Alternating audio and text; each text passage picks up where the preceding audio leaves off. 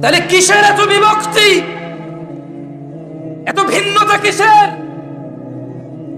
তিনি সাল্লাল্লাহু আলাইহি ওয়াসাল্লাম বলছেন, এমন একটা বিষয় নেই যা জান্নাতে নেবে উম্মতকে অথচ আমি আদেশ করিনি। এমন একটা বিষয় নাই যা উম্মতকে জাহান্নামে নেবে অথচ আমি নিষেধ করি নাই। একটা সিঙ্গেল বিষয় নেই। বিভক্তি কিসের? কিসের? কারো কি সন্দেহ আছে? কারো কি সন্দেহ আছে যে উনি কিছু বাদ দিয়ে গেছে? কেউ কি এরকম আস্থা রাখেন, কেউ কি এরকম বিলিভ করেন যে উনার বলে যাওয়া পথের বাহিরে জান্নাত আছে? তাহলে বিভক্তি কিসের? আসেন না, আমি আপনাদের উদ্যত আহ্বান জানাই, যারা আমার যুবক ভাইরা আছেন এবং যারা ম্যাচিওর আছেন এবং যারা আরো একটু বয়স বেশি আছেন, আসেন না একটু কোরআন সুন্নাহ পড়ি। এবার আসেন না, এবার রুকু দিচ্ছি কেন দিচ্ছি, সিজদা দিচ্ছি কেন দিচ্ছি, সালাত আদায় করতেছি কেন করতেছি, ডান হাতে খাচ্ছি কেন খাচ্ছি, সালাম দিচ্ছি কেন দিচ্ছি, বাম পায়ে টয়লেটে যাচ্ছি কেন যাচ্ছি, ওয়াজ করতে আসছি কেন আসছি, ওয়াজ শুনতে আসছি কেন শুনছি, বাচ্চাকে মাদ্রাসায় পড়াচ্ছি কেন পড়াচ্ছি, স্কুলে পড়াচ্ছি কেন পড়াচ্ছি, গান শুনতেছি কেন শুনতেছি, কোরআন শুনতেছি কেন শুনতেছি। আসেন না একটু জেনে শুনে করি। আসেন না। তিনি তো একটাও বাদ দেয় নাই যা জাহান্নামে নিয়ে যাবে, সব নিষেধ করছে। তিনি তো একটাও বাদ দেয় নাই যা জান্নাতে নিয়ে যাবে, সব আদেশ করছে। ভিন্নতা কিসের? অবহেলা কিসের? কিসের এত গাফিলতি? মা গররাকা বিরব্বিক, কিসে এত দয়াময় আল্লাহ থেকে আমাদেরকে দূরে রাখছে? কিসে কি পাইছি আমরা? মা গররাকা বিরব্বিকাল কারীম, এত দয়ালু আল্লাহ থেকে কিসে আমাদেরকে দূরে রাখছে? আল্লাহ আমাদেরকে বোঝার তৌফিক দান করুন। শুনেন, এখন প্রশ্ন হলো, আল্লাহর নবী যদি একটাও বাদ না দেয় যা জাহান্নামে নিয়ে যাবে নিষেধ করা, একটাও যদি বাদ না দেয় যা জান্নাতে নিয়ে যাবে আদেশ করা, আমরা কেন অল্প? কেন আজকে আমরা অল্প? কেন আমাদের ঐক্যতা নাই? এটারও একটা কথা তিনি বলে গিয়েছেন। তিনি বলেছেন, আন আবি হুরায়রা রাদিয়াল্লাহু আনহু, আবু হুরায়রা রাদিয়াল্লাহু আনহু থেকে বর্ণিত, তিনি বলেন আল্লাহর নবী সাল্লাল্লাহু আলাইহি সাল্লাম বলেছেন, সাহাবীর নাম কি কি রাদিয়াল্লাহু আনহু বলেন ভাই। তিনি বলেন আল্লাহর নবী সাল্লাল্লাহু আলাইহি সাল্লাম বলেছেন, বাদাআল ইসলামু গরীবা, ইসলামের সূচনা হয়েছিল অপরিচিত অবস্থায়। কি অবস্থায়? কি অবস্থায়? আচ্ছা বলেন তো, গায়ে হলুদে যে মানুষটা বিয়েতে গায়ে হলুদ করে, আপনি কি বিশ্বাস করেন সে বুকে পূর্ণাঙ্গ অনুভূতি রাখে যে এটা গুনাহ, এটা ইসলামিক না, এটা অন ইসলামিক, এটা মহাপাপ, জঘন্য নিকৃষ্ট আচরণ বিয়ের হৃদয় থেকে? তার কাছে এত অনুভূতি নাই, এটা নেই। মানে আপনি কি মনে করেন এই যে আমাদের বোনরা খোলামেলা চুল, গেঞ্জি শার্ট প্যান্ট পরে ঘুরে, ফেসবুকে ছবি দেয়, জামাই বউয়ের ছবি, রুমের ভিতরের ছবি, মানে কথায় কথায় ছবি, যারা নিজেদের সৌন্দর্য প্রকাশ করে বেড়ায় যে বোনরা, আপনি কি মনে করেন যে সে এটা বিলিভ করে তার পাপ হচ্ছে, সে আগুনে জ্বলতে পারে এই পাপের জন্য? আপনি কি মনে করেন সে বিলিভ করে? এরকম মন থেকে অনুভব করে মনে করেন? এই যে আপনি দাড়ি কাটেন, এই যে আপনি শেভ করেন, এই যে আপনি সিগারেট খান, এই যে আপনি মিথ্যা কথা বলেন, এই যে আপনি বাবা মায়ের উপরে ধমক দিয়ে কথা বলেন, এই যে আপনি কোরআন আজকে 40 বছর বয়স, 50 বছর বয়স, 30 বছর বয়স কোরআন পড়তে জানেন না, আপনি কি এটা বিলিভ করেন যে কোনোদিন আপনি মন থেকে, হৃদয় থেকে অনুভব করেছেন যে আমি একটা মূর্খ, আমি ইসলামের কিছুই জানি না? যদি আমি ইসলামের কিছুই না জানি তাহলে কিসে আমাকে জান্নাতে দিবে আমি সেটাই জানি না। আর এই না জানা আমাকে কোনোদিন কষ্ট দেয় নাই, এই না জানা কোনোদিন আমাকে শিখা পর্যন্ত পৌঁছায় নাই, শিখার আগ্রহ জাগে নাই আমার কোনোদিন। আপনি কি মনে করেন আপনি এটা বিলিভ করেন? মনে করেন না, এটা এরকম না। বাদাআল ইসলামু গরীবা, ইসলামের সূচনা হয়েছে কি অবস্থায়? অপরিচিত অবস্থা। আপনি কি মনে করেন কোন মা তার বাচ্চা যখন ক্লিন শেভ করে, এদেশে কয়টা মা মনে করে তোর গুনাহ হয়েছে রে বাপ, তোর গুনাহ হচ্ছে? কয়টা মা মনে করে? বলতে পারেন আমাকে? মায়ের নাম তো আমনা। মায়ের নাম কি? আমনা সলেহা। ওর মায়ের নাম বিলকিস,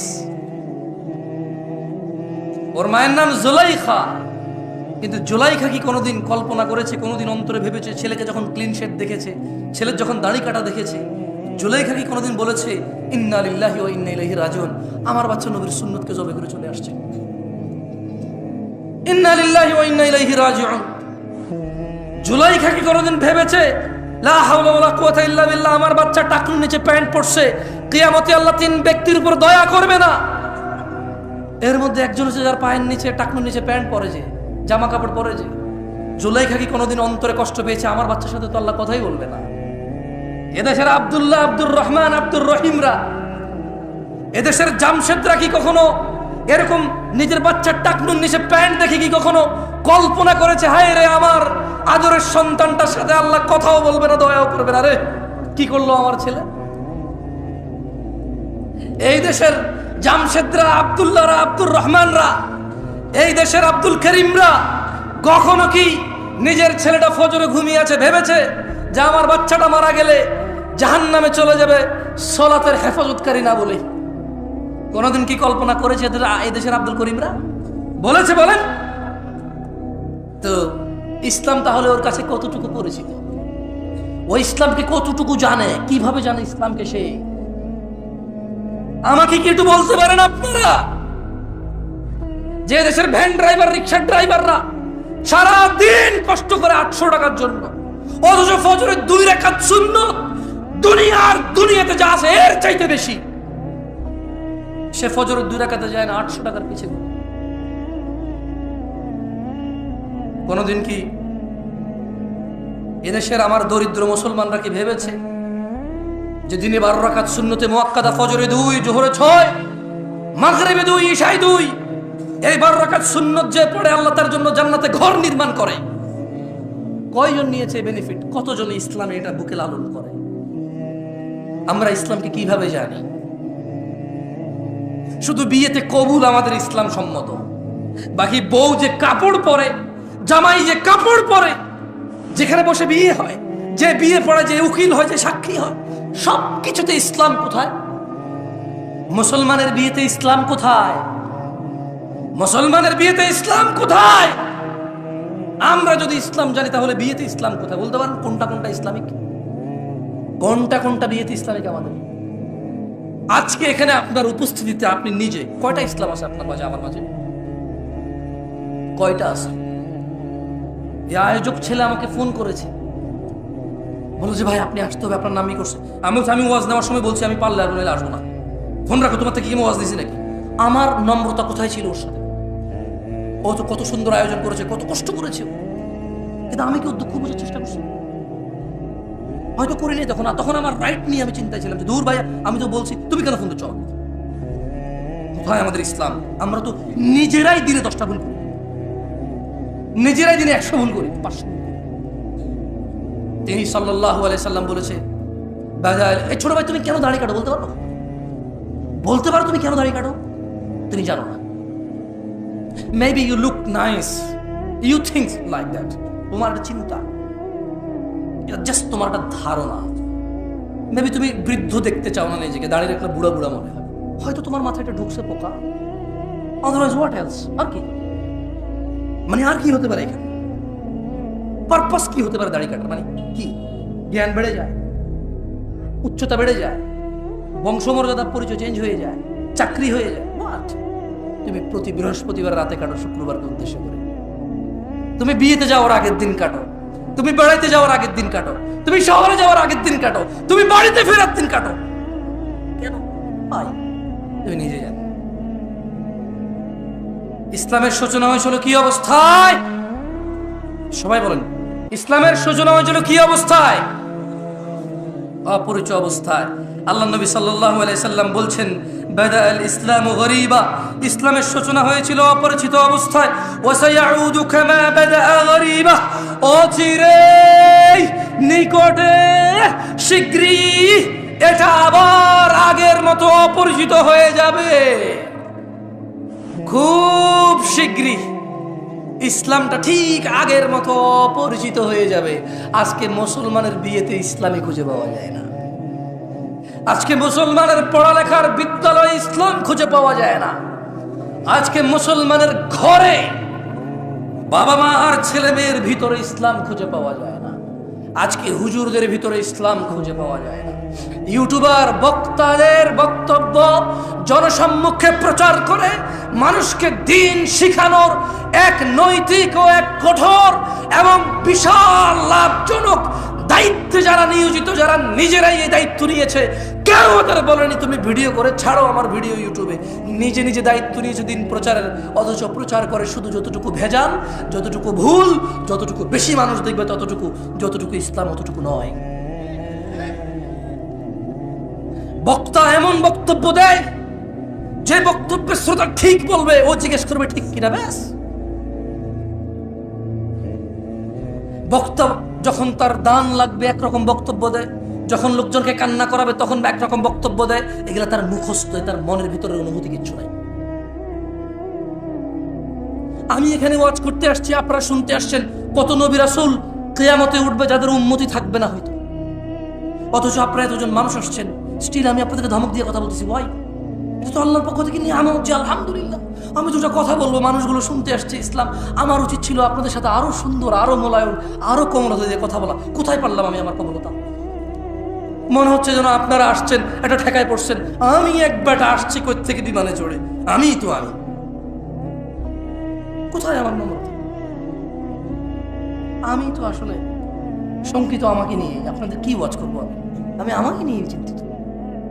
আল্লাহ তাআলা আমাকে ক্ষমা করুক, আপনারাও আমাকে মাফ করে দিন যদি ধমক দিয়ে দেন।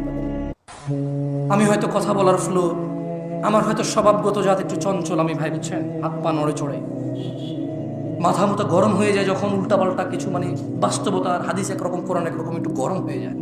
আমি এর জন্য আন্তরিকভাবে ক্ষমা চাই। আপনারা আমার ভাই, আপনারা আল্লাহকে ভালোবেসে আসছেন, আপনারা নিজেরা টাকা খরচ করে আমাকে এখানে দাঁড় করাইছেন কথা বলার জন্য। এটা কত বড় নিয়ামত আল্লাহর পক্ষ থেকে আমার জন্য, অথচ আমি কিনা আপনাদের সাথে সুন্দর ব্যবহার করতে পারছি না। আমার মনে হচ্ছে যেন আমি মালিক হয়ে গেছি, কিনে ফেলছি আপনাদের, আমি একটা কিছু হয়ে গেছি। আল্লাহ আমাকে ক্ষমা, আপনারা আমাকে মাফ করে দিন। কেমন ইসলামের পরিচয় হয়েছে কি অবস্থায়, আবার কোথায় ফিরে যাবে? সবাই বলিয়েন তো, আবার কোথায় ফিরে যাবে? কবে কবে কবে? আমাদের বিয়েতে আমরা ইসলাম পাই, আমাদের ঘরে ইসলাম আছে। মা প্রতিদিন খেয়াল রাখে তার বাচ্চা স্কুল মাদ্রাসায় গেছে কিনা, মা প্রতিদিন খেয়াল রাখে তার বাচ্চা হোমওয়ার্ক করছে কিনা। এ মা কি খেয়াল রাখে তার বাচ্চা নামাজ আদায় করছে কিনা? খেয়াল রাখে। কোথায় তার আদর, তার আদরের সন্তানের জন্য? যেখানে কিয়ামতের সর্বপ্রথম হিসাবই হবে নামাজের। ফাইন সলুহাত, যার নামাজ ঠিক থাকবে তা সে জিতে যাবে, সফল হবে। আর যার নামাজ ঠিক থাকবে না সে ধ্বংস হবে, সে লাঞ্ছিত হবে। কোথায় আমার মায়ের চিন্তা, আমার সফলতা? কোথায় আমার মায়ের চিন্তা? যাক দিনী ভাইয়েরা, আমি আবার বক্তব্য বেশি আর দীর্ঘায়িত করব না।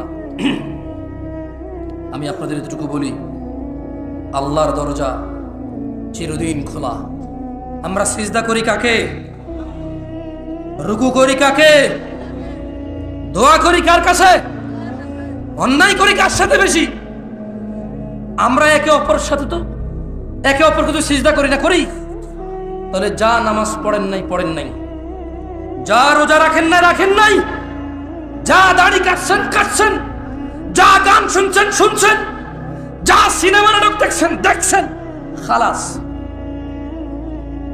ইরজিই, আল্লাহর দিকে ফিরে আসেন। ইরজিই ইলা রাব্বিকা রাদিয়াতাম মারদিয়াহ। ও দিনাজপুরের মানুষ, ও দিনাজপুরের আমার বোন ও ভাইরা, ছোট ভাই, সন্তুষ্টি চিত্তে রবের দিকে ফিরে আসো। তোমার পূর্বে কোন মানুষ বেঁচে ছিল আর চির যুবক ছিল, এটা হয়নি, হবে না। তোমার পূর্বে কোন মানুষ চির সুস্থ ছিল, এটা হয়নি, হবে না। তোমার পূর্বে কোন মানুষ কোনদিন কষ্ট পায়নি, এমনটা হয়নি, এটা হবে না। তোমার পূর্বে কোনো মানুষ বিষণ্ণতায় ভোগে নাই, এমনটা হয়নি, হবে না, তোমার সাথেও হবে না। এটা আসো আল্লাহর দিকে ফিরে আসো, আসো আল্লাহর দিকে ফিরে আসো। দুটো চারটা মেয়ের সাথে কথা বলেছো, অন্যায় হয়েছে, তুমিও জানো আমিও জানি, কিন্তু তোমার রবের আহ্বানে সাড়া দাও, রবের আহ্বানে সাড়া দাও ভাই আমার। থামো, যেখানে আছো থামো। ইল্লা মান তাব, রব বলছে যে আল্লাহর কাছে তওবা করে, ওয়া আমানা, ঈমান আনে। আমরা কি আল্লাহর কাছে তওবা করতে রাজি আছি? ইনশাআল্লাহ। রব বলছে ইল্লা মান তাব, যে তওবা করে, যে অপরাধ থেকে আল্লাহর কাছে ফিরে আসে, ওয়া আমানা, কার প্রতি ঈমান আনে, ওয়া আমিলা আমালান সালিহা, এবং যে সৎ কর্ম সম্পাদন করে, ফাউলাইকা ইউবাদদিলুল্লাহু সাইয়্যাতিহিম হাসানাত। আল্লাহ বলছে অপরাধীর অপরাধ যতই হোক না কেন, আমি তার সমস্ত গুনাহকে নেকিতে পরিবর্তন করি। ভাই, তুমি তোমার অপরাধকে নেকিতে পরিবর্তন করো। This is your only chance. এটা তোমার একমাত্র সুযোগ, এই পৃথিবী, এই জীবন, এই নিঃশ্বাস, এই সুস্থতা, এই স্বাধীনতা, এই সুস্থতা, এই স্বাধীনতা, এই যৌবন, এটা তোমার একমাত্র সুযোগ গুনাহকে নেকিতে পরিবর্তন করার। নিঃশ্বাসটা যদি বের হয়ে চলে যায়, যদি তুমি এই পৃথিবী ছেড়ে চলে যাও, বিশ্বাস করো তোমার গুনাহ থাকবে। তিনি তোমার রব, তিনি জানে, তুমি জানো, আমি জানি না কি হবে। তবে শোনো, তিনি ঘোষণা দিচ্ছেন, এটা কোরআনের আয়াত, এটা তুমি বলতে পারবে না হাদিস জয়ীফ, হাদিস জাল, এটা আহলে হাদিসের, এটা ওয়াহাবীর, এটা লামাযাবের, এটা হানাফির, এটা শাফির, এটা বলার সুযোগ নাই। এটা কোরআনের। এটা কিসের? এটা কিসের? তিনি বলছেন গুনাহ থেকে ফিরে এসে তওবা করে ভালো কাজ করলে সমস্ত গুনাহ নেকিতে পরিবর্তন হবে। This is your only chance brother. আমি এর চেয়ে বেশি তোমাকে আজকে আর ওয়াজ করতে পারবো না। আমার কাছে আর কোনো ওয়াজ বাকি নাই। আমার এখানে লেখা আরো আছে প্রায় 2 পৃষ্ঠা, বলা যেত, কিন্তু আমি সমীচীন মনে করছি, আমি বিচক্ষণতা ভাবছি যে আমার মনে হচ্ছে এই জায়গায় আমার স্টপ করা উচিত এখন। কেন? আমি আমার ভাইদের বলে দিছি, তোমার জীবনের গুনাহ যেটাই হোক না কেন, নেশা সংক্রান্ত, জানা সংক্রান্ত, নামাজ সংক্রান্ত, গান বাজনা অশ্লীলতা সংক্রান্ত, তুমি যদি আজকে থামো, যদি দৃঢ় পরিকল্পনা করো যে না, যা হয়েছে হয়েছে, খালাস, যদি আমি মারা যাই তাহলে আমার সর্বনাশ হয়ে যাবে, যদি আমি মারা যাই আমার সর্বনাশ হয়ে যাবে, আমি বরং থামি, মাপ চাই, কিছু ভালো কাজ করি, আর বলবো ইয়া আল্লাহ, আমি থামছি তোমার ভয়, আমার চাইতে তুমি ভালো জানো, সো আমি তোমার প্রতি ঈমান আনছি, এবার আমার গুনাহকে নেকিতে পরিবর্তন করো ইয়া আল্লাহ। أقول قولي هذا واستغفر الله لي ولسائر المؤمنين والمؤمنات فاستغفروا إنه هو الغفور الرحيم। আমি আল্লাহর কাছে আমার জন্য ক্ষমা চাই, আপনাদের জন্য ক্ষমা চাই।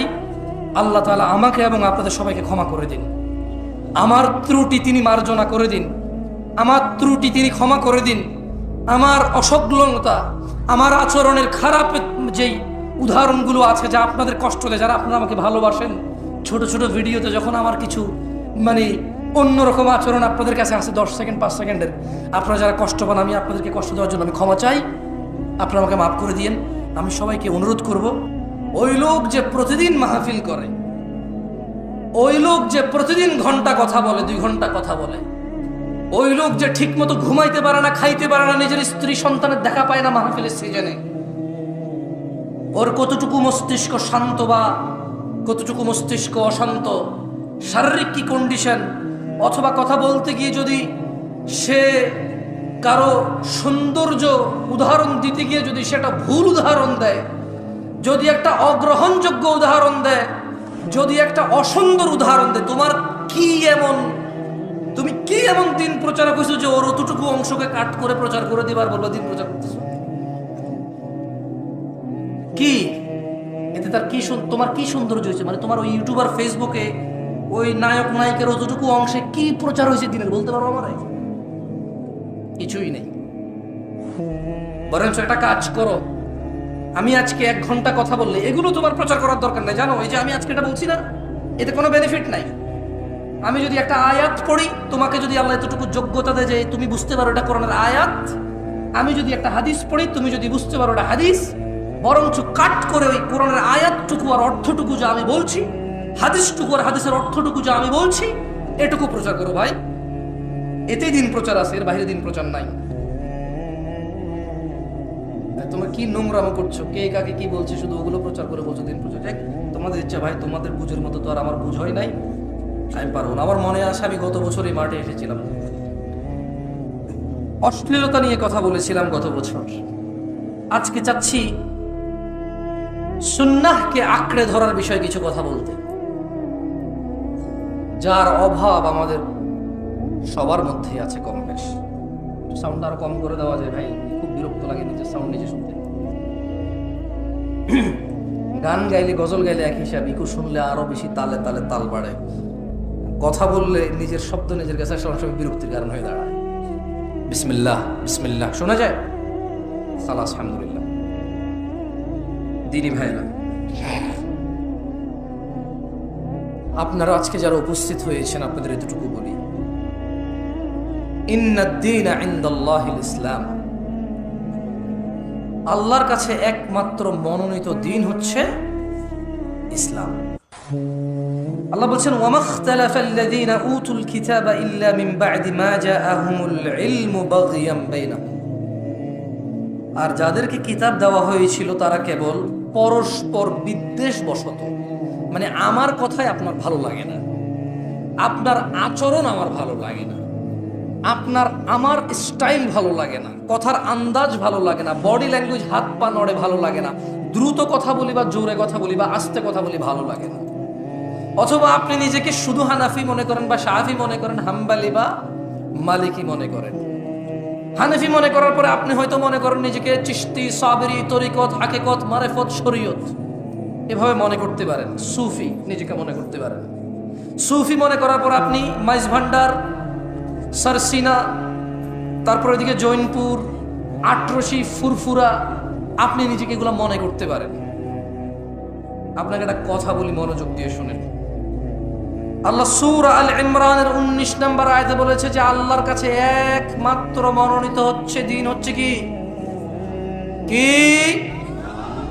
তাহলে প্রবলেম কোথায়? আল্লাহ বলছেন, ওয়ামাখতালাফাল্লাযীনা উতুল কিতাবা ইল্লা মিন বা'দি মা জাআহুমুল ইলমু বাগিয়াম বাইনাহুম, আর যাদেরকে কিতাব দেওয়া হয়েছিল তারা শুধু নিজেদের বিদ্বেষবশত, তাদের কাছে জ্ঞান আসার পরও তারা মতনৈক্য ঘটিয়েছিল। ইলম এসেছে, জ্ঞান এসেছে, ফুরকান এসেছে, সত্য মিথ্যার পার্থক্যকারী এসেছে, কিন্তু না, কোরআন ও সহিহ সুন্নায় তাদের কোনো আপত্তি ছিল না। কিন্তু তারা নিজেদের একে অপরের বিদ্বেষে বসে তারা জ্ঞান আসার পরে মতনৈক্য করেছিল। একজন আরেকজনের মতনৈক্য করতে গিয়ে ইসলামেরই মতনৈক্য করে ফেলেছে তারা।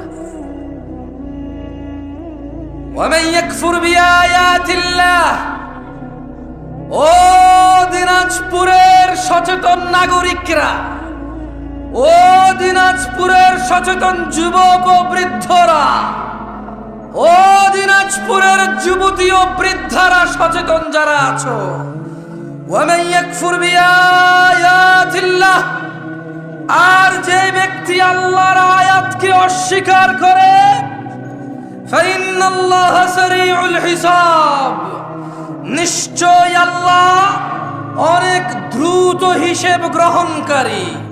কত দ্রুত? তুমি মোবাইলে কল দিলে বাংলাদেশ থেকে আমেরিকা যত দ্রুত যায় এর চাইতে দ্রুত। কত দ্রুত? আল্লাহু তাআলা আলাম, আল্লাহই ভালো জানে কত দ্রুত হবে।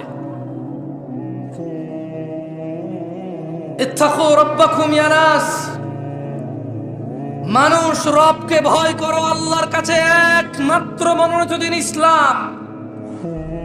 নিজেদের দলে দলে বিভক্ত করে ভিন্ন ভিন্ন নামে ইলম, জ্ঞান, সত্য মিথ্যা আসার পরেও নিজেদের একজন আরেকজনকে পছন্দ অপছন্দের কারণে তোমরা দ্বীনকে অস্বীকার করিও না, মতনৈক্য করিও না।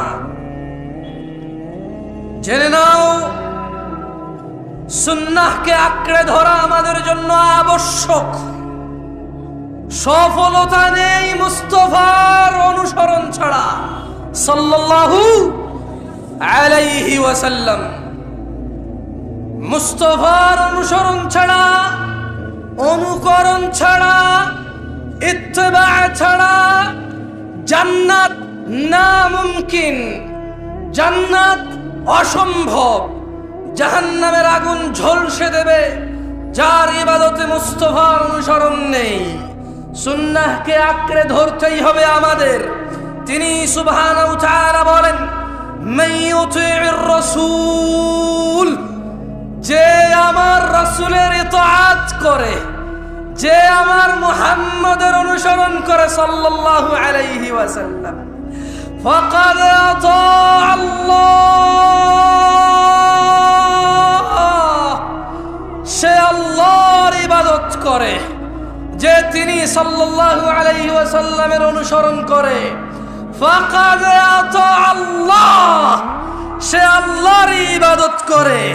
ওয়া মান তাওয়াল্লা, আর কেউ যদি রাসূল সাল্লাল্লাহু আলাইহি ওয়াসাল্লামের অনুসরণ থেকে মুখ ফিরিয়ে নেয়, ফামা আরসালনাকা আলাইহিম হাফিযা, আল্লাহ বলছে ও মুহাম্মদ সাল্লাল্লাহু আলাইহি ওয়াসাল্লাম, যদি কেউ আপনার থেকে মুখ ফিরিয়ে নেয়, যদি কেউ ভালো কাজ, খারাপ না তো অসুবিধা কোথায়? বাপে করেছে, দাদা করেছে, বড় হুজুর ফতোয়া দিয়েছে, যুগের পর যুগ চলে আসছে, সমস্যা কোথায়? ফামা আরসালনাকা আলাইহিম হাফিযা, ও মুস্তাফা আলাইহিস সালাম, ওয়া মান তাওয়াল্লা, যে আপনার অনুসরণ করে না ইবাদতে, আমি আল্লাহ আপনাকে তাদের জন্য তত্ত্বাবধায়ক করে পাঠাইনি। তাহলে কিভাবে পাঠাইছে আল্লাহ রাসূল সাল্লাল্লাহু আলাইহি সাল্লামকে? কিভাবে রাসূল সাল্লাল্লাহু আলাইহি সাল্লামকে আল্লাহ পাঠাইছে? কিভাবে, মানে আমরা কিভাবে নেব ওনাকে? যদি আমাদের এই পুরো পৃথিবীর সমস্ত মুসলিম আল্লাহর রাসূলের ইতাআত বাদ দিয়ে নিজেদের প্রবৃত্তি স্বীকার করে, সেই প্রবৃত্তির অনুসরণ করে, আল্লাহ বলছেন যে আপনার কোনো দোষ নাই। ওয়ামা আলাইকা আল্লা ইয়াযাক্কা, ওয়ামা আলাইকা আল্লা ইয়াযাক্কা। এরা যদি পবিত্র না হয়, এরা যদি পরিশুদ্ধ না হয়, ওয়ামা আলাইকা আল্লা ইয়াযাক্কা, ও মুহাম্মদ আপনার কোনো সমস্যা নাই, আপনার কোনো দোষ নাই।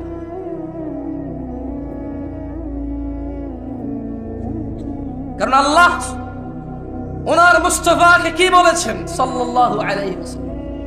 বলেছেন ফাযাক্কির, ও মুহাম্মদ আপনি উপদেশ দিন সাল্লাল্লাহু আলাইহি ওয়াসাল্লাম। ইন্নামা আনতা মুযাক্কির, আপনি একজন উপদেষ্টা, উপদেশদাতা। লাস্তা আলাইহিম বিমুসাইতির, ওই যে ওখানে মাইকে লটারি হয়, ওই যে ওখানে বিয়ের গায়ে হলুদে গান বাজনা বাজে, ওই যে বাবা তার মেয়েকে নিজে নাচের স্টেজে উঠাই দিয়ে নাচ, নিজের মোবাইলে ভিডিও ধারণ করে নিজের বন্ধু বান্ধবকে বলে দেখ দেখ তোর ভাতিজি কেমন নাচে। আল্লাহ সুবহানাহু ওয়া তাআলা বলছেন লাস্তা আলাইহিম বিমুসাইতির, আপনি এদের কর্ম নিয়ন্ত্রক নন। তবে আপনি জেনে নেন ও মুস্তাফা, আপনি জেনে নেন, ইল্লা মান তাওয়াল্লা ওয়া কাফার, যে আপনার থেকে মুখ ফিরিয়ে নেবে, যে আপনার অনুসরণের অস্বীকৃতি করবে, ফায়ুআযিবুহুল্লাহ আল আযাব আল আকবার, তিনি সুবহানাহু ওয়া তাআলা তাকে কঠোর দণ্ডে দণ্ডিত করবেন। এই হচ্ছে ওনার মর্যাদা। আমরা যদি মুস্তাফার অনুসরণ না করি আলাইহিস সালাম, আল্লাহ নবীর অনুসরণ না করলে, নবীর উপদেশ মেনে না চললে আলাইহিস সালাম আমাদেরকে কঠোর দণ্ডে দণ্ডিত করবেন। তিনি তা কোরআনুল কারীমে সুস্পষ্ট করে তিনি বর্ণনা করেছেন, ওয়ার্নিং করেছেন আমাদের। দিনী ভাইরা, আল্লাহর কাছে একমাত্র মনোনীত দিন হচ্ছে কি? ইসলাম। আর আমরা কেন ইলম আসার পরেও, জ্ঞান আসার পরেও আমরা কেন মতনৈক্য করে বলতে পারেন? আমি কিন্তু একটু আগে বলেছি, নিজেদের বিদ্বেষ বশত। কার বিদ্বেষ বশত? কার? প্রবলেম আমার, প্রবলেম আপনার। কারণ আপনি নিজে যদি বলি যে কোরআন কি পূর্ণাঙ্গ মানেন, আপনি বলবেন মানি। আমি যদি বলি যে পরিস্থিতি যদি এমন আসে কোরআনের জন্য জীবন দিতে হবে, মানে এখানে চান্সেস আছে যে মানে জীবনটা চলে যাবে মনে হয়, দাঁড়াবেন? আপনি বলবেন হ্যাঁ দাঁড়াবো ইনশাআল্লাহ। যদি বলি মুস্তাফা ছাড়া কেউ নেই অনুসরণীয়, আপনি কি মানেন? আপনি বলবেন অবশ্যই, উনি ছাড়া কে আছে অনুসরণীয়। যদি বলি তিনি সাল্লাল্লাহু আলাইহি সাল্লামের অনুসরণই হচ্ছে আল্লাহর ইবাদত, আপনি কি মানেন? আপনি বলবেন অবশ্যই, তিনি সাল্লাল্লাহু আলাইহি সাল্লামের অনুসরণই হচ্ছে আল্লাহর ইবাদত। তাহলে প্রবলেম কোথায়? আমরা কেন বিভক্ত? কোরআন তো আমরা পূর্ণাঙ্গ মানতে রাজি, জীবন দিতে রাজি। উনি সাল্লাল্লাহু আলাইহি সাল্লামকে সর্বোচ্চ পর্যায়ে রাখতে আমরা রাজি। তাহলে প্রবলেম কোথায়? প্রবলেম কোথায় বলেন তো? কোথায়? নিজেদের। প্রবলেম কোথায়? হানাফির, শাফির, মালিকির, হাম্বলির, চিশতির, সাবেরির না, নিজেদের। মানে আমার প্রবলেম। প্রবলেম কার? আমাদের প্রবলেম। আল্লাহর কাছে একমাত্র মনোনীত দিন হচ্ছে কি? ইসলাম। দিন কি আসলে? আল্লাহ সুবহানাহু ওয়া তাআলা কোরআনুল কারীমে বলছেন, ওয়ামা আতাকুমুর রাসূল, যা রাসূল সাল্লাল্লাহু আলাইহি সাল্লাম দিয়েছে, ফাখুযুহ, তা নিয়ে নাও। দিন কি?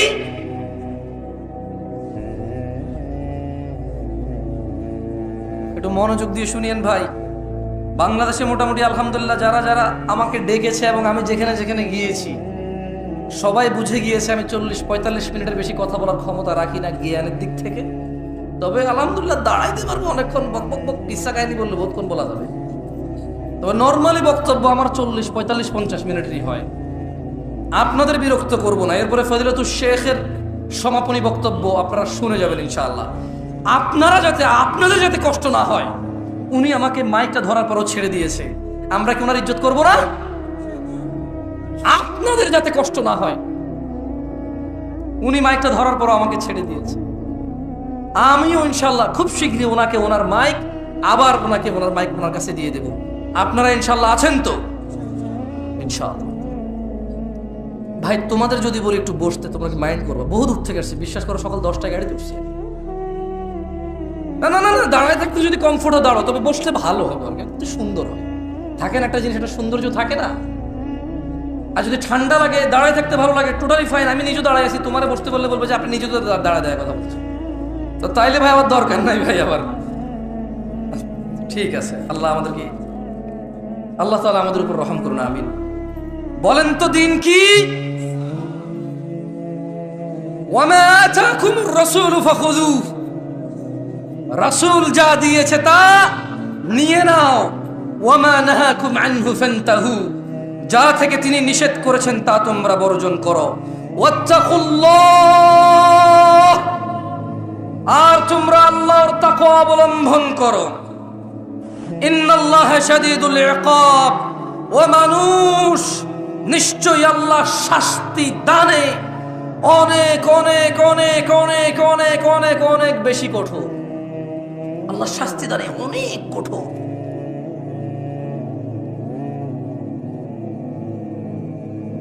দিনী ভাইরা,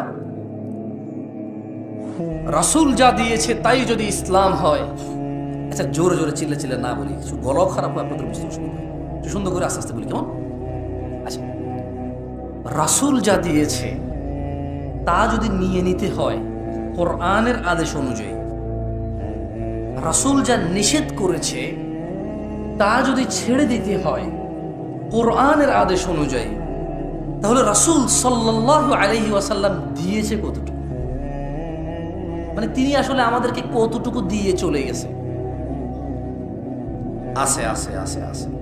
আন আব্দুল্লাহ ইবনে মাসউদ রাদিয়াল্লাহু আনহু قال, সাহাবীর নাম কি?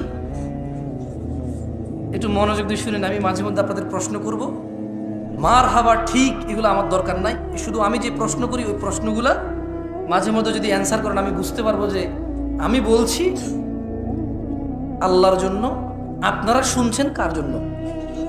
একটু মানে ভালো লাগবে বুঝতে পারলে যে আপনারা আছেন আমার সাথে। কেউ বসে বসে ব্যবসা করে, যে টাকা পয়সার হিসাব, প্রেমিকার নাম্বার ব্লক করে দিছে, আর একটা আইডি খুলছেন, তার রিকোয়েস্ট পাঠাইছেন, অ্যাড করছে কিনা, মানে এইসব হিসাবে আপনারা নাই, ওয়াজে আছেন, তাহলে আমি বুঝবো, বুঝছেন। عن عبد الله بن مسعود رضي الله عنه قال, আব্দুল্লাহ ইবনে মাসউদ রাদিয়াল্লাহু আনহু থেকে বর্ণিত, তিনি বলেন, قال رسول الله صلى الله عليه وسلم, আল্লাহর রাসূল সাল্লাল্লাহু আলাইহি ওয়াসাল্লাম বলেছেন। কে বলেছেন? কে বলেছেন? হাদিস বর্ণনা করতেছেন কোন সাহাবী? এর জোরে বলেন, কোন সাহাবী? বর্ণনা করতেছে কে? আব্দুল্লাহ ইবনে মাসউদ। তিনি বলছেন যে আল্লাহর নবী সাল্লাল্লাহু আলাইহি ওয়াসাল্লাম বলেছেন, ইন্নাহু লাইসা শাইউন ইউকাররিবুকুম ইলাল জান্নাতি ইল্লা ক্বাদ আমারতুকুম বিহি। আমার উম্মতরা, ও মানুষ, পৃথিবীবাসী, যিনি সাল্লাল্লাহু আলাইহি ওয়াসাল্লাম বলছেন যে নিশ্চয়ই এমন সকল কিছু, এমন, আপনারা অনেকে কিন্তু আশহাদু আন্না মুহাম্মাদার রাসূলুল্লাহর পর এভাবে করতে দেখেন কাউকে, রাইট? হাসতে হচ্ছে ভাই, বলছে দেখেন কিনা, বলবেন হ্যাঁ বানা, এটাই তো সৌন্দর্য, দেখেন কিনা, দেখেন না? আচ্ছা, আমি শুধু ছোট্ট একটা উদাহরণ দিলাম। অনেকে আশহাদু আন্না মুহাম্মাদার রাসূলুল্লাহ বলে কি করে, এরকম করে, আমি দেখেছি। আল্লাহু আ'লাম, মানে সুন্নতে মুহাম্মদ রাসূলুল্লাহ সাল্লাল্লাহু আলাইহি ওয়াসাল্লাম ওয়াহী ভিত্তিক এই নিয়ে কোনো তথ্য আছে কিনা, আমার এমনিতে জ্ঞান কম, আমি জানি না, যেহেতু আমার পড়াশোনা কম, জ্ঞান কম, পড়াশোনা কম, হয়তো আমি ওটুক পর্যন্ত পৌঁছাইতে পারি নাই। যদি আপনাদের কারো কাছে কোনো তথ্য থাকে এই বিষয়ে, সুন্নাহ অনুযায়ী, কি অনুযায়ী? সহিহ সুন্নাহ অনুযায়ী যদি থাকে বলিয়েন, আমরা করবো ইনশাআল্লাহ। আমরা কেন ছেড়ে দেবো? দাঁড়িয়ে রাখছি, মানুষ দাড়ি ফেলে দেয় স্মার্ট হওয়ার জন্য, সুন্দরী বউ পাওয়ার জন্য, চাকরি বাকরি করার জন্য, ভালো সুন্দর নিজের পরিবেশন করার জন্য। আমরা ওই জিনিস স্যাক্রিফাইস করে দিছি, দাড়ি রেখে দিছি সুন্নাহকে ফলো করার জন্য। তার আশহাদু আন্না মুহাম্মাদুর রাসূলুল্লাহ বলে চুমা খেতে অসুবিধা কোথায়? যদি এতে কোনো নেকি থাকে কোরআন সুন্নাহ থেকে, অসুবিধা কোথায় ভাই? কোনো অসুবিধা আছে? আমরাও করবো ইনশাআল্লাহ। আমি আবার বলি, মনে কষ্ট নিয়েন না, খারাপ কিছু বলি নাই, বলেছি সহিহ সুন্নাহ অনুযায়ী হাদিস দিয়ে সাব্যস্ত এর কোনো বেনিফিট। যেমন ধরেন হাদিসে আছে কেউ যদি সুবহানাল্লাহ বলে আসমান আর জমিনের খালি জায়গা পূর্ণ হয়ে যায়, এরকম কোনো বেনিফিট যদি এর থাকে বলিয়েন, আমরা মানবো, সমস্যা কোথায় ইনশাআল্লাহ। আচ্ছা যাই হোক, দিন হচ্ছে আল্লাহর নবী যতটুকু দিয়েছে অতটুকু গ্রহণ করা, যতটুকু নিষেধ করে যতটুকু বর্জন করা। তাহলে আল্লাহ নবী দিয়েছে কতটুকু? আব্দুল্লাহ ইবনে মাসউদ রাদিয়াল্লাহু আনহু থেকে বর্ণিত, আল্লাহ নবী সাল্লাল্লাহু আলাইহি ওয়াসাল্লাম বলেছেন যে নিশ্চয়ই এমন সকল কিছু যা তোমাদের সবাইকে জান্নাতের নিকটবর্তী করে, জান্নাত পর্যন্ত নিয়ে যায়, আমি সব কিছুর নির্দেশ দিয়েছি, একটাও বাদ দেই নাই। সুবহানাল্লাহ, কয়টা বাদ দেয় নাই? কয়টা? একটাও বাদ দেয় নাই তিনি। এবং তিনি বলছেন ওয়ালাইসা শাইউন ইউকাররিবুকুম ইলান নার, এবং এমন সকল কিছু যা তোমাদেরকে জাহান্নামে প্রবেশ করাবে, জাহান্নামের কাছে নেবে, ইল্লা ক্বাদ নাহাইতুকুম আন, প্রত্যেকটা জিনিসই আমি তোমাদের নিষেধ করেছি, একটাও ছেড়ে দেই নাই। সুবহানাল্লাহ। তাহলে যা আমাদের জাহান্নামে নিয়ে যাবে তিনি কি একটাও বাদ দিছে নিষেধ করা ছাড়া? যা আমাদের জান্নাতে নিয়ে যাবে তিনি কি একটাও বাদ দিছে আদেশ করা ছাড়া? তাহলে কিসের এত বিভক্তি, এত ভিন্নতা কিসের? তিনি সাল্লাল্লাহু আলাইহি ওয়াসাল্লাম বলছেন এমন একটা বিষয় নেই যা জান্নাতে নিবে উম্মতকে অথচ আমি আদেশ করিনি। এমন একটা বিষয় নাই যা উম্মতকে জাহান্নামে নেবে অথচ আমি নিষেধ করি নাই। একটা সিঙ্গেল বিষয় নেই। বিভক্তি কিসের? কিসের? কারো কি সন্দেহ আছে? কারো কি সন্দেহ আছে যে উনি কিছু বাদ দিয়ে গেছে? কেউ কি এরকম আস্থা রাখেন? কেউ কি এরকম বিলিভ করেন যে উনার বলে যাওয়া পথের বাহিরে জান্নাত আছে? তাহলে বিভক্তি কিসের? আসেন না, আমি আপনাদের উদ্যত আহ্বান জানাই, যারা আমার যুবক ভাইরা আছেন এবং যারা ম্যাচিওর আছেন এবং যারা আরো একটু বয়স বেশি আছেন, আসেন না একটু কোরআন সুন্নাহ পড়ি। এবার আসেন না, এবার রুকু দিচ্ছি কেন দিচ্ছি, সিজদা দিচ্ছি কেন দিচ্ছি, সালাত আদায় করতেছি কেন করতেছি, ডান হাতে খাচ্ছি কেন খাচ্ছি, সালাম দিচ্ছি কেন দিচ্ছি, বাম পায়ে টয়লেটে যাচ্ছি কেন যাচ্ছি, ওয়াজ করতে আসছি কেন আসছি, ওয়াজ শুনতে আসছি কেন শুনছি, বাচ্চাকে মাদ্রাসায় পড়াচ্ছি কেন পড়াচ্ছি, স্কুলে পড়াচ্ছি কেন পড়াচ্ছি, গান শুনতেছি কেন শুনতেছি, কোরআন শুনতেছি কেন শুনতেছি। আসেন না একটু জেনে শুনে করি। আসেন না। তিনি তো একটাও বাদ দেয় নাই যা জাহান্নামে নিয়ে যাবে, সব নিষেধ করছে। তিনি তো একটাও বাদ দেয় নাই যা জান্নাতে নিয়ে যাবে, সব আদেশ করছে। ভিন্নতা কিসের? অবহেলা কিসের? কিসের এত গাফিলতি? মা গররাকা বিরব্বিক, কিসে এত দয়াময় আল্লাহ থেকে আমাদেরকে দূরে রাখছে? কিসে? কি পাইছি আমরা? মা গররাকা বিরব্বিকাল কারীম, এত দয়ালু আল্লাহ থেকে কিসে আমাদেরকে দূরে রাখছে? আল্লাহ আমাদেরকে বোঝার তৌফিক দান করুন। শুনেন, এখন প্রশ্ন হলো, আল্লাহর নবী যদি একটাও বাদ না দেয় যা জাহান্নামে নিয়ে যাবে নিষেধ করা, একটাও যদি বাদ না দেয় যা জান্নাতে নিয়ে যাবে আদেশ করা, আমরা কেন অল্প? কেন আজকে আমরা অল্প? কেন আমাদের ঐক্যতা নাই? এটারও একটা কথা তিনি বলে গিয়েছেন। তিনি বলেছেন, আন আবি হুরায়রা রাদিয়াল্লাহু আনহু, আবু হুরায়রা রাদিয়াল্লাহু আনহু থেকে বর্ণিত, তিনি বলেন আল্লাহ নবী সাল্লাল্লাহু আলাইহি সাল্লাম বলেছেন, সাহাবীর নাম কি? কি রাদিয়াল্লাহু আনহু বলেন ভাই? তিনি বলেন আল্লাহ নবী সাল্লাল্লাহু আলাইহি সাল্লাম বলেছেন, বাদা আল ইসলামু গরীবা, ইসলামের সূচনা হয়েছিল অপরিচিত অবস্থায়। কি অবস্থায়? কি অবস্থায়? আচ্ছা বলেন তো, গায়ে হলুদে যে মানুষটা বিয়েতে গায়ে হলুদ করে, আপনি কি বিশ্বাস করেন সে বুকে পূর্ণাঙ্গ অনুভূতি রাখে যে এটা গুনাহ, এটা ইসলামিক না, এটা অন ইসলামিক, এটা মহাপাপ, জঘন্য নিকৃষ্ট আচরণ বিয়ের হৃদয় থেকে? তার কাছে এত অনুভূতি নাই এটার।